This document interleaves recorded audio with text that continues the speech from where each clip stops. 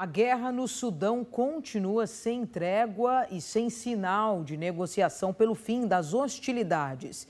Em Jeddah, na Arábia Saudita, emissários dos dois lados do conflito concordaram sobre a criação de passagens seguras para retirar os civis e facilitar a entrada de ajuda humanitária. O Sudão voltou nesta segunda-feira a ser cenário de ataques aéreos e explosões depois de um mês de guerra pelo poder entre dois generais rivais, um cenário que pode se agravar ainda mais e coloca em risco a estabilidade nesta região africana. Os combates começaram em 15 de abril entre o comandante do exército, o general Abdel Fattah al-Burhan, e os paramilitares Forças de Apoio Rápido do general Mohamed Adan Daglo. Mais de 1.000 pessoas morreram nos confrontos. O general Daglo divulgou no domingo à noite uma gravação de áudio na qual promete que o rival vai ser julgado e enforcado em público. Pouco antes, o general Burhan tinha ordenado o congelamento de todas as contas bancárias das forças de apoio rápido, conhecidas pelo poderio financeiro. Os combates ocorrem principalmente em Khartoum, a capital de 5 milhões de habitantes, e na região de Darfur, no oeste do país. Moradores vivem confinados em casa por medo de balas perdidas, sem água e energia elétrica em muitos casos. Em Jeddah, na Arábia Saudita, emissários dos dois lados do conflito concordaram sobre a criação de passagens seguras para retirar os civis e facilitar a entrada de ajuda humanitária, mas não trataram sobre o fim das hostilidades. Milhares de refugiados entram todos os dias no Egito, no Chad, na Etiópia e no Sudão do Sul. Especialistas afirmam que a guerra pode ser longa porque as duas partes parecem ter as mesmas capacidades de combate e pouca vontade de negociar antes de uma vitória na batalha. Antes de entrar abertamente em conflito, os generais al-Burhan e Daglo conduziram juntos um golpe de Estado para expulsar os civis do poder em outubro de 2021. O cessar-fogo acertado entre grupos armados de Gaza e israelenses trouxe tranquilidade ao enclave palestino. No Vaticano, o Papa Francisco expressou sua esperança em que a trégua alcançada se torne estável. A calma voltou à faixa de Gaza e a Israel um dia depois da entrada em vigor de um cessar-fogo um dia antes. O comércio voltou a abrir as portas e a vida parece normalizar após 5 dias de confrontos que deixaram 35 mortos. O órgão israelense que supervisiona as atividades civis nos territórios palestinos anunciou a reabertura parcial e progressiva das passagens de fronteira de Erez, que permitem o trânsito de palestinos por Israel. Também foi aberto o Kerem Shalom, único ponto de passagem israelense para levar mercadorias para a faixa de Gaza, o empobrecido território palestino controlado pelo movimento islâmico Hamas, onde vivem 2,3 milhões de pessoas. A entidade acrescentou que a abertura completa vai ser possível após novas avaliações da situação. No Vaticano, o Papa Francisco comentou o momento vivido no Oriente Médio após sua tradicional missa dominical na Praça de São Pedro. Aos fiéis, o pontífice expressou sua confiança em que se chegue a um cessar-fogo mais duradouro. Nos últimos dias, assistimos novamente a confrontos armados entre israelenses e palestinos, nos quais pessoas inocentes, incluindo mulheres e crianças, perderam a vida. Espero que a trégua que acaba de ser alcançada se torne estável, que as armas se calem, porque a segurança e a estabilidade nunca serão alcançadas com armas, mas, pelo contrário, continuarão a destruir qualquer esperança de paz. Desde terça-feira, os confrontos entre Israel e grupos armados de Gaza mataram 34 palestinos e cerca de 190 pessoas ficaram feridas no enclave. Do lado israelense, uma senhora de 80 anos morreu na quinta-feira e 30 pessoas ficaram feridas.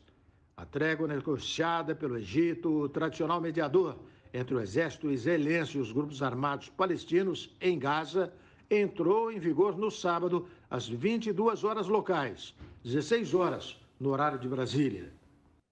O cacau, que é conhecido na região venezuelana de Chual como ouro negro, é cultivado de maneira artesanal e a produção de chocolate é seguida à risca pelos funcionários. Turistas não podem colher a fruta.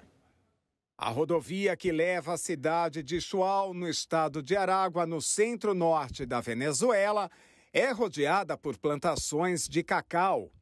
A economia do local gira em torno dessa desejada fruta, da qual é produzido o chocolate.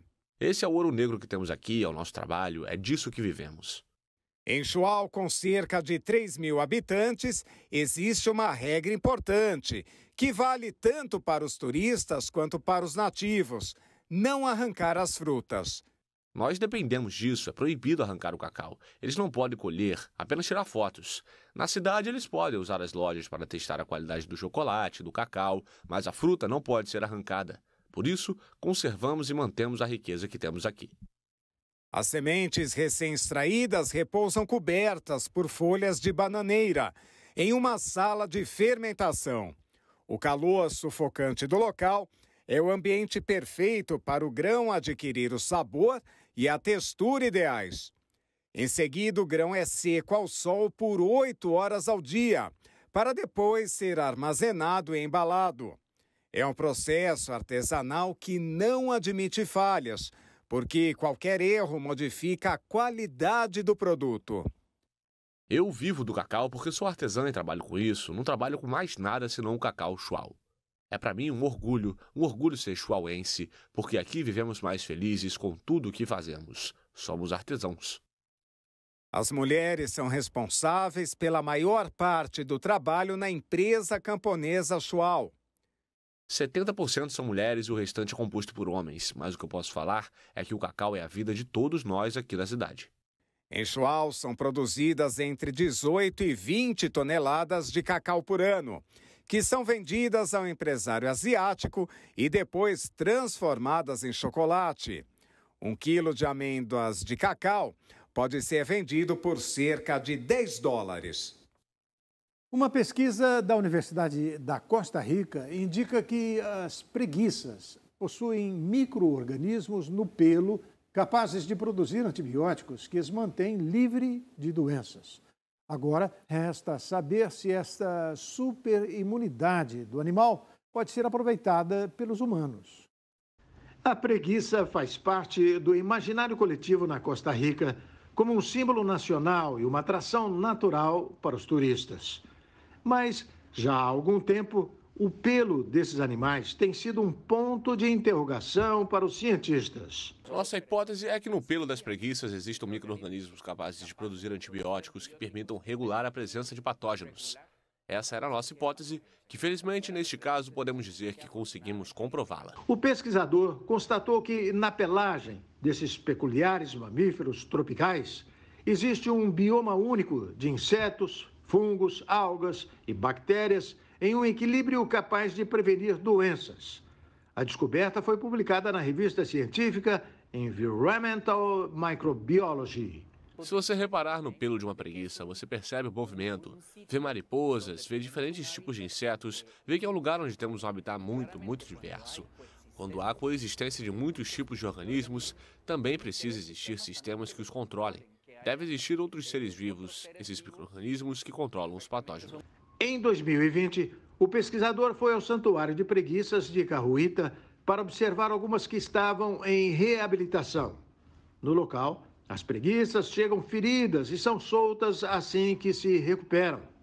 Desde o início do funcionamento, em 1992, o local já recebeu cerca de 1.000 exemplares, mas garantem que nunca receberam um indivíduo doente.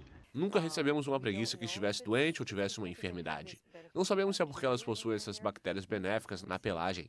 Recebemos preguiças queimadas por linhas de energia e com o braço inteiro destruído. Pode-se observar através do pelo que a pele está dessecada até os ossos, mas não há infecção. Nunca, acho que em 30 anos, vimos 5 animais chegarem com uma ferida infectada. Com essa observação, Chavarria cortou o cabelo do dorso de 15 animais das duas espécies e encaminhou as amostras ao laboratório para examiná-las, cultivá-las e confirmar a hipótese. 3 anos depois, já se tem definidos 20 micro-organismos candidatos a serem identificados, mas ainda faltam muitos passos antes mesmo de pensar numa possível aplicação em humanos. A busca por novas estratégias para combater a resistência aos antibióticos tem sido deixada nas mãos do meio acadêmico.